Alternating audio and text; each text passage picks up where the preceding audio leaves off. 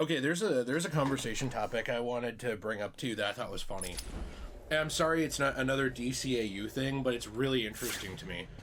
How many celebrities do we now know are canon to the DCAU? Because the Backstreet Boys were in an episode of Static Shock recently that we watched. So Little Romeo is also mentioned. So is Shaquille O'Neal. He shows up at one point, okay. Too. Shaquille O'Neal also shows up. Yep. Backstreet Boys, yeah, let's think. I think they mentioned some Shaq! Other... Yeah, I just mentioned Shaquille. Oh, you did? I'm sorry. I was thinking Shaq. I wasn't thinking Shaquille O'Neal. These are very different people. That makes sense. Remember, he clarified in the episode, he said there's Shaquille O'Neal, and then there's Shaq, remember? True. Yeah, see? True. I don't know, who else is Definitely there? Is there any other rappers? Huh? Is there any other rappers? Why do I think Lil Wayne shows up? But I don't think he does, actually. So is it just Lil Romeo, Backstreet Boys? Oh, I think they mentioned, a couple of, like, artists, too. What was it? I think they mentioned, like, a female artist who was popular at the time, but I don't remember her J-Lo. name. Yeah, J-Lo. They've mentioned J-Lo, like, twice. They have mentioned her And twice. all of this is in Static Shock, which is funny. I don't know if there's any... Are there any celebrities that are, like...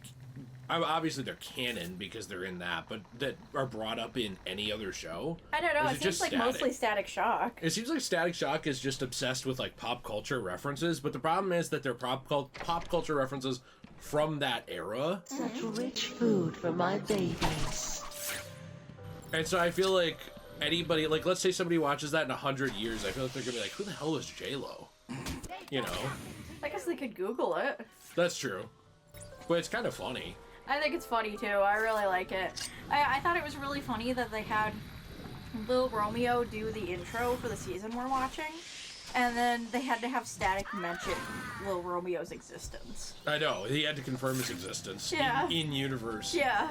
The thing that I found funny was there's this formula for team-ups in the show, and it especially applies to, like, I would say it applies to the general characters, too.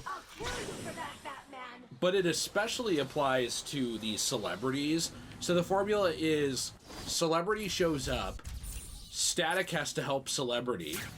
Then Static ends up in trouble, celebrity has to help Static. Mm-hmm. And then in the end, they both team up to beat the bad guy. It happened with the Backstreet Boys, it happened with Shaq. It happened with... well, I think it'll happen with Lil Romeo, if I'm remembering correctly. Oh. It happens with, like, everybody. It's always that same plotline.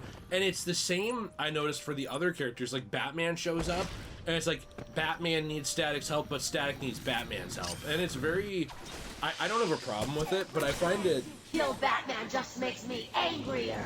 I find it funny how they've, like, have this established back-and-forth plot where... If somebody shows up, you already know, okay, he's gonna save him, then they're gonna save him, then they're gonna team up in the end. Yeah, because we don't want anyone to look useless. For me? Do you think you can handle me? As a kid, I never understood how sexual this, like, language was around her. I'm waiting in here. Come to me.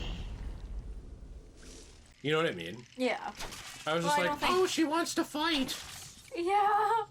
I think that, I think most children probably have that go over their heads. Yeah, by the way, I think it's really interesting that they kind of try to make sure that no celebrities or fellow superheroes in that show look useless. I think it's kind of like a stipulation that they must have to do, because, like, nobody wants to see Batman look like an idiot in Static Shock. No. You know? No, 100%, you're right. And I think that that's something, too, that reminds me of wrestling. I might have said it before, but... The Rock had these kinds of rules, too, you know, when he would show up and stuff. It's like, oh, I'll show up, but don't have me lose. Or, like, you know, don't have me... if I lose, like, I have to still, like, stick it out to the end type things. That was reportedly deals in his contract, was he didn't want to look bad. Mm. And it reminded me very much of... To me, Ivy's waiting. It reminded me of Hulk Hogan. He used to have similar things where it was like... Yeah, I'll be in this, but, like, I can't lose to this or whatever. And I always found that interesting. Also, I'm sure these guys are going to say the dumbest things. Oh, wait, are they... I've got myself a little security, Batman. They'll just die if anything happens to me. I also think it's funny that now a bunch of celebrities are canon to the DCAU because of Static Shock. Yeah, I know. It's like randomly in the universe Batman Beyond happened, the Backstreet Boys existed in the past. Yeah, I know. I think that's really funny.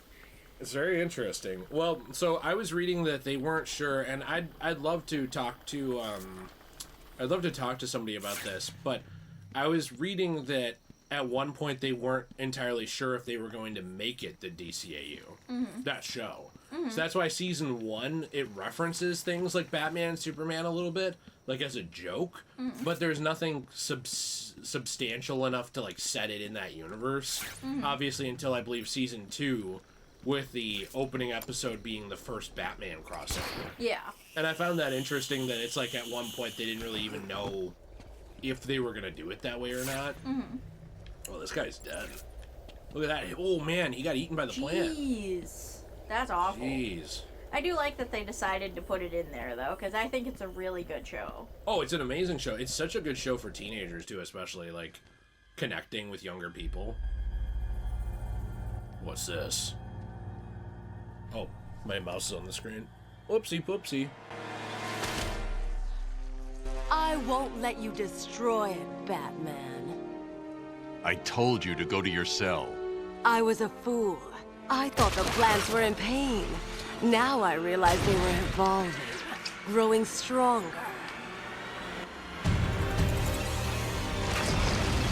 I've seen games journalists shit on this game for male gaze shots that show like the pan up from the floor We'll grow together. on Ivy and characters like that. Really? I thought it was just supposed to show the vines, too. And also maybe a little butt cheek, but like... Be Mother Nature, but she can destroy you. Well, yes, I mean it is. Also, what's wrong with the male gaze? Is there like a problem with that? Like, What? nobody's ever told me what is wrong with it. I guess they say that it objectifies women and leads to poorer treatment for women. Like it leads to rape culture where women are Stronger than you. more likely to be victimized by sexual assault. That's the comment people make. Yeah, okay, sure, but what about the female gaze? You're saying like, what about lesbian women?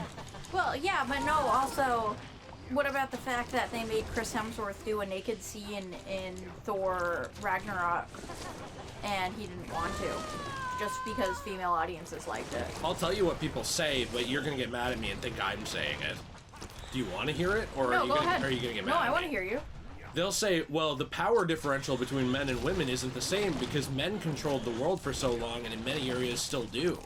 And men are... This is the funniest part. Okay, I've got an actual thing. So we get into an actual issue here where people will be saying this, and what they're leading to is men are stronger physically than women so they can overpower them and do whatever they want to them. And that's why this shit matters. But then when you get into like sports or anything like that, if this conversation comes up, they immediately turn around and go the opposite way on it and say that's not the case. And I'll leave it at that, depending on like what you want to make the specifics out of that. But it's 100% true that they immediately turn it around. Yeah. So that's why I don't take this shit seriously, is because you can't have your cake and eat it too. Like if you want to be a Puritan and have no sex in anything, well then you better not have sex in anything, and you better have consistent standards for why that is. Well, I also think it should go both ways then, you know? Like, we shouldn't be seeing naked men or anything. Like, there should be no shots of Hugh Jackman's butt crack in the Wolverine movie. You know what I mean? And notice that bothered zero men. No, it bothered zero men, but all the women were like, ooh, his butt cheeks. But then when we see when we see Poison Ivy's butt cheeks, all the women are like, oh, this is misogynist. Well, that's why I think typically none of this matters unless you're glorifying like sexual assault. Like if I don't know where to go here. I don't even remember doing this boss fight. If say like Poison Ivy was like weakened at the end of this, and then Batman like, can I retry this? Yeah. If Poison Ivy was weakened at the end of this, and then Batman's like, Robin, get in here. We need to take advantage of Poison Ivy right now. Hold her down. Then I'd say, yeah, that's pretty like, bad. Yeah, then we're glorifying and we're making like a good thing out of like assault. But if it's consensual sexuality, like a woman showing herself, I don't care if a man wrote it, I don't care if a woman wrote it. I care about like the intent behind like, is this gonna glorify is this actually glorifying assault or something? Because if it's not, I don't care. Also, That's like my one barometer. Have you noticed, with this game specifically, have you noticed Batman never says anything about, like, the outfits the women around him are wearing? Like, he never says to Harley, oh yeah, that outfit looks good on you. I would. Yeah, true. And he never says to Ivy, put some pants on. I wouldn't comment that. Yeah, and you know what I mean, though? Like, he never comments on it. He just doesn't care. So, like, I feel like that's even more of a, like, he's not even being toxic. Like, it's not even, like, a misogynist man type thing. Like, he's not making any, like, creepy comments. Like, I'm gonna bend you over and rail you. Okay, alright, yeah. No, I get what you mean. I mean, but even in, like, Deadpool, where, like, very clearly they made the girls sexual just to be sexual, and Deadpool says they're hot, he doesn't do anything against anyone's consent. And he also doesn't say it in, like, a creepy way, you know? Well, it's like, a little creepy, but it's more like a... It's not in a way where you, like, feel like Deadpool would ever SA someone. Well, yeah, that's what I'm trying to say, Yeah. because then there's some situations, too, where it's like, somebody's making a harmless joke, but then some situations where it's like somebody's making a joke and it feels creepy. Like they would actually act on it and do something bad. Yeah, because like I saw this one girl on Instagram who does parties for children and she dresses up like Disney princesses. And she said that she no longer dresses up like Ariel and wears the shell bra and stuff because there was too many old grandpas at the children's parties who would say things to her about her shell bra, like maybe you should take that shell bra off for me later and stuff like that. So she stopped playing that princess because it made her feel uncomfortable. Which and, is sad she had to do that, but I mean, like, that's a time and a place thing. Like, it's literally just the character, and they didn't need to do that. Yeah, so that's what I'm saying, is, like, there's times where, like, when you say something like that, it's really creepy. And then there's times where, like, it can be funny, like, with Deadpool. You know what I mean? Where nobody's uncomfortable about it. Mm-hmm. Yeah, there's times where it's like, this is part of the character, and it wasn't really meant to be sexual in that context. Yes. But Ivy is meant to be sexual in the context of her. Yes. Yeah, no, I get what you mean. Yeah, no, that's true. I think we agree. I also think it's really gross to say that at a child's birthday party. I think sexualization around children is gross in general, and this is my problem. I've said it before, and it always makes people mad. This is my problem with Pride. If you're gonna have Pride, like, let's not make it a kink thing. Like, just Yeah, make it about, I like, completely love. agree. Just make it about, like, love or whatever, and then I don't think there's any... And then if somebody has a problem with it after that, they can just, like, not go to it. Mm-hmm. You know, but, like... If you're gonna have it be a kink thing, say it's 18 plus only. 100%. Yeah, like, say it's an 18 plus event, and children can't be there. Because if I had, like, a parade... How does stuff always end up in my throat when we do this? I don't know. If I had a parade, and I was like, now I'm gonna hump the hell out of this girl in front of me, like, you know, we're both in our underwear, and we're simulating a sexual act, I can never dodge all these. It's so annoying. Sorry. I would say at that point, it's like, I should not have this around kids. And if I do have that around kids, I feel like people should rightfully call out that I'm being inappropriate around children. But if you say that to gay people during Pride, they'll get mad at you. I don't get it. Like, it's just, I don't understand why we can't all agree that you don't need to have the simulation of sexual acts around children. Yeah. Can't we all, No like, matter who it's is with. that not difficult to, or is that difficult to agree on? I don't think it should be. I don't know. I just think it's so gross. It's not even like a protect the kids, like, there's violence in video games, think of the children. It's not even like a dumb point. It's just, let's not expose kids to sexual stuff too early, you know? Yeah, Like, because they're already getting exposed to it too early from the internet. Yeah, because of porn. Yeah, and it's kind of a problem for It's our like society. the average age of seeing porn is like 10.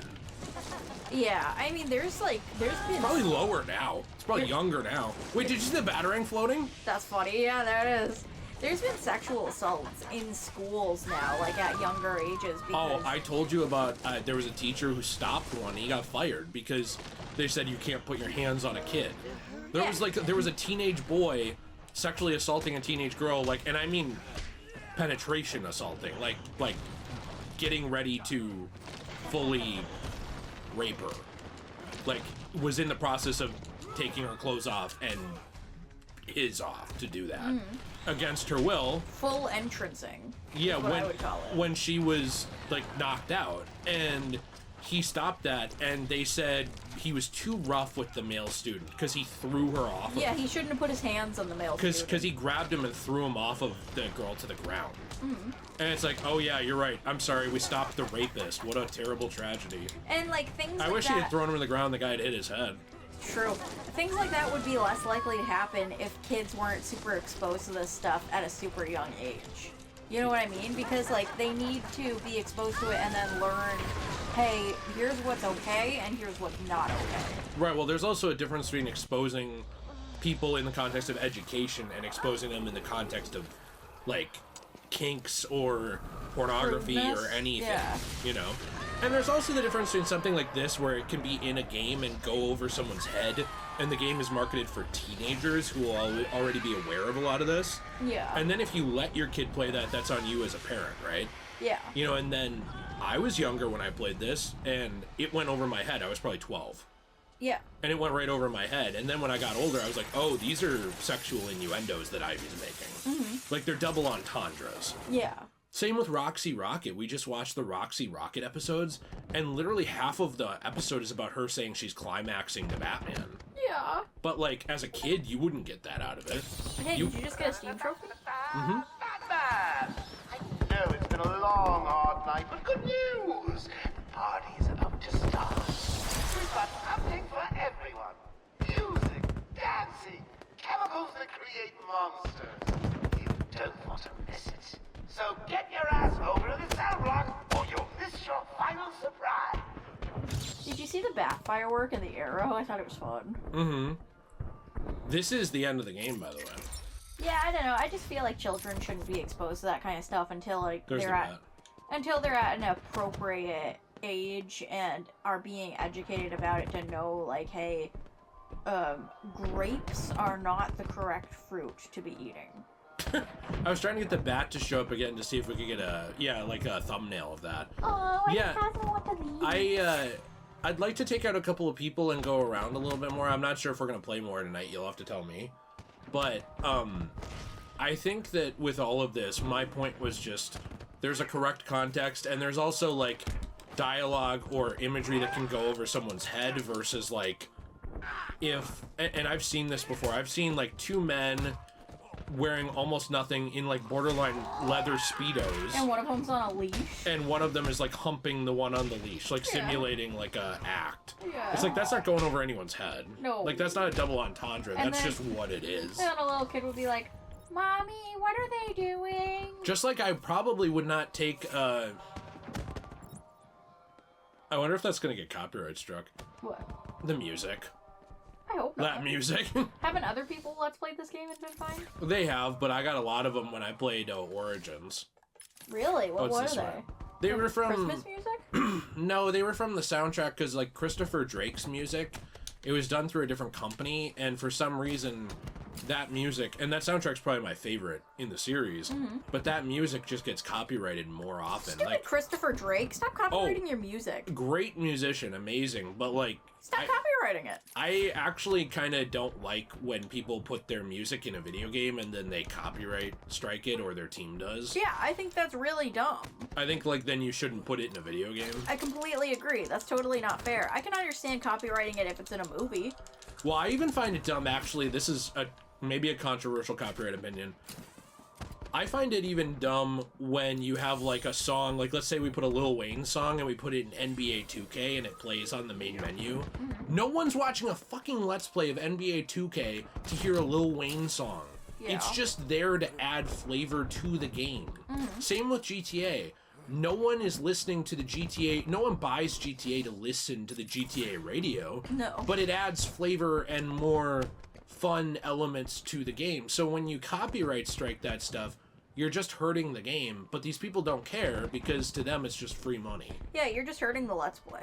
But they don't care because like these 90-year-old music executives, these people who run, you know, like the musician stuff, they don't have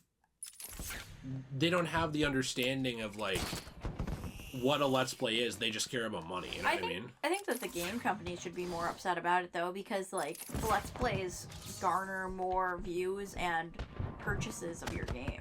I don't even know what they could do, though. Like, what can they do? I guess advocate to change copyright law, but that's Yeah, it. or say to the person, hey, we're not going to put your song in our game if you're going to copyright strike it. See, I'd agree with that method of handling it. Yeah, I mean, and then a lot of them would just say, well, then don't put it in, but I think in general... And then you find a different song where somebody's willing to. No, yeah, I agree. I just think it's stupid, because it's transformative at a certain point. Like, first off, the song being in the game already changes the nature of the song, because it changes the context completely of what the song is in. But secondly, transformative commentary, review, all of those things are what make Let's Plays transformative. It's why I'm, not... Do you see this last one here, by the way? There's one more right in front of us. I don't know. I'm not shitting on anybody, but it's why I'm not a fan of silent Let's Plays, because I don't think they're transformative. I don't think they're transformative either. I think that if you have your own gameplay... I'm okay with them when it's like a clip of a game for a walkthrough, though. Yeah, sure. I mean, there's context to everything when everything is okay. I mean, well, most things. Most things. Not everything. Most things. But I think that very, very few of them are transformative. And if you look at, like... Why do I not remember where this is? If you look at them and you look at the gameplay and you say, like, well, my gameplay is transformative. Look, I did this and nobody else did this at that point. I think that can be an element of being transformative, but I don't think it counts enough to be the entire thing. I tell you what, there's no other Let's Play on YouTube where people are talking about misogyny and then talking about copyright in the same Let's Play part. And unable on to find... Batman. And just completely unable to find the thing that they're looking for. I tell you what, if this ain't transformative, I don't know what is. I don't know where this is. I don't remember it. Do you see it from here? No. Huh. I do tell you what, I want some lasagna, though. Me too. Well, there's a riddle. Now I see it, now you don't. Now I see it. Now you don't. I like the way he had to say that. It could be that. But I don't see... Well, you're not supposed to see it. Oh, good point. I guess I don't really know what it is. Well, do you want to get it now by looking it up, or do you want to keep looking, or what do you want to do? No, here? we can come back later. Okay. We can come back later. Should I end the clip? Sure. You see, we're at 69%. 69! What? Remember the guy, the Tung Tung Tung Somewhere guy? He said, it's 69! No, I didn't remember that! Okay, I'm gonna get some Riddler things. I have something I want to read here that's actually important. You wanted to say something very groundbreaking and It's very important to me. Joker's gonna talk here though, because we had to eat dinner. So I wanted to talk about how. So we had some chicken and then we had a little bit of lasagna and some breadsticks for dinner tonight. And so I made a box of these breadsticks that were like the Cub brand. That's kind of like the off-brand of Texas Toast brand. I don't remember what they're called. Which I think we've said again, it's like Coburn's or any of these other, maybe County Market if that's in your area. Yeah, or like a Market Basket type place. I don't know if that's in the northeast areas anyway. But anyway, it only had 5 breadsticks in it, and I don't understand why it's like such an uneven number, because if you're sharing it with somebody, wouldn't you both want 3 breadsticks, or like, why wouldn't it just be like 4 or 6 so that each person could have 2 breadsticks or each person could have 3 breadsticks? Mm-hmm. You know what I mean? Like, it's not like you're gonna have a party of 5 people and each person only gets 1 breadstick. No. Everybody wants an extra breadstick. Well, yeah, of course. It's breadsticks. Also, I have to get those again. Yeah, I know, right? I just think it's ridiculous that it's not an even number. So then if you have breadsticks with somebody, you can each only have 2, and then you have to cut the last one in half if you want to be, like, fair. Or if you just have, like, a really fat person living in your house, you just have to give the third one to them. Are you referring to me? No. Mm-hmm. No. I think you might be. No, I didn't need the third breadstick anyway, I'm just saying. We split it. We each had 2.5. We did? I didn't know that. Yeah, we each had 2.5. I was so excited about the lasagna, I didn't notice. The lasagna, it was so good. Like, I don't know, this probably... Isn't it? This probably sounds like the most trashy dinner anyone's ever heard of, but like, we had a Marie Callender's lasagna. Well, we don't have a lot of money, so if you want us to have less trashy dinners, True. super chat or whatever. Super thanks. And recently, I've been trying Marie Callender's because, like, they're supposed to be, like, a healthier frozen food brand for, They like, claim to be. Yeah, for when I don't want to, like, have to cook a whole meal or something, or, like, when we're doing Let's Plays like this, and it has to be something that just goes in the oven. Mm-hmm. So, like, having that lasagna was so delicious. I'm not usually a huge fan of lasagnas, even though I'm super Italian, which is really funny, and is, like, totally against my ancestors, because I don't like ricotta cheese very much. But this one didn't have ricotta cheese in it. It was like, I don't know, it was just something about it was like addictive. I loved it. It was so good. I'm glad you liked it that much, because I just thought, this is good. I didn't have, like, a visceral reaction to this lasagna like you did. Yeah, I really liked it. I also really like the beef and broccoli from Marie Callender's. I put some soy sauce in it. It's so good. It's like, it tastes like the kind of Chinese food I used to get at this place called Happy Dragon back when I lived in Maine. Mm-hmm. Shout out to Happy Dragon. If you live in Maine, you should look up Happy Dragon and go there. Best small business for Chinese food I have ever been to. But then there was one called, like, Kobe, and we had it here, and I guess it's a chain. And you said it was really good in Maine, and it was garbage here when we had it. Yeah, and, like, the food wasn't even the same. So, like, in Maine, there's a place called Kobe in South Portland, and there's also one where I was from in Biddeford. Not named after Kobe Bryant, unfortunately. No, but spelled the same. And basically what they sell there is, like, sushi. They sell, like, hibachi type food where they'll, like, make it in front of you. They sell, my favorite, which is crab rangoons, but they have, like, this type of applesauce type sauce that goes with it that really complements it. I know it sounds weird, but it's delicious. Okay, Joel, you're getting too excited about the food. Settle down. True. And basically, the crab rangoons are, like, fried, basically. And it's just really good. It's, like, a different play on crab rangoon that I've never had before. A different play? Yeah, it's different. But then when I went to the one here... usually these places in Maine, by the way, that I'm talking about were like super fancy restaurants. Like they were the fanciest you could probably get in Biddeford, Maine. So when I went to the one here, it was like in a old defunct movie theater with like the weird like arcade stars floor, and like I ordered the crab rangoons and they weren't even fried, and they didn't even give us like the applesauce sauce, and the food wasn't that good. And like I really liked getting the udon noodles at Kobe because they were literally like as thick as your finger, puppy. Like that's how big they were. Like they were huge ass noodles. Oh really? They were so good. Oh no, you do have to do it up there. And I ordered that at the Kobe here, and they were like spaghetti noodles, and I was like, what the fuck is this? Oh, that's it right there. And it was very disappointing. I want everybody to know that was extremely disappointing to me. But I really want to go back to Maine, and I want to go, because the South Portland one is better than the Biddeford one. I want to go to the South Portland Kobe. I want everybody to know that that place is amazing, and if you live in Maine and you have not been to the South Portland Kobe, you are missing out on life. We really should be getting them to sponsor us if you're going to go this hard, like, with them down your throat. I mean, honestly, I just really love, like, Asian-inspired food. I'm a really big fan of Asian food. I know you are. I mean, honestly, I could have been a... Honorary Asian? Yeah, I could have been an honorary Asian. There's many different types of Asian, believe it or not. With the amount of Italian and French that I have in my blood, you'd think that I would like Italian and French food more, but no, Asian's my favorite. Well, I'm glad you found your passion.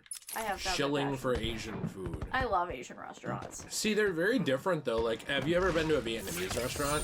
No, I haven't. I've always wanted to go to one, though. They're pretty good, but there's, like, a lot of spiced food that I just don't know if you'd like from some areas, you know? I've heard that the one thing that I thought was supposed to be pronounced pho, but I guess it's actually pronounced pho. Yeah, it's pho. Yeah.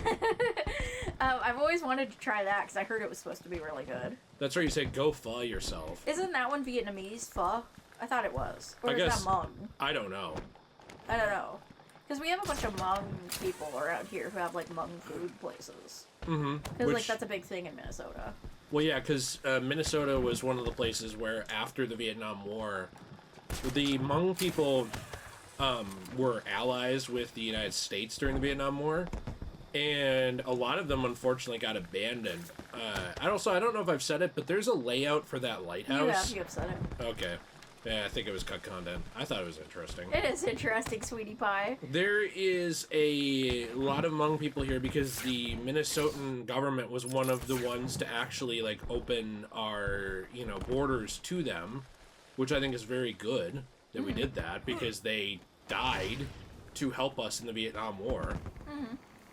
But yeah, that led to, I don't want to say disproportionate, but compared to other parts of the United States, a disproportionate amount of Hmong immigrants, or Live here. Hmong, I don't Yeah. know how it's said exactly. Live I thought here. it was pronounced Hmong. I've heard some people call it Hmong.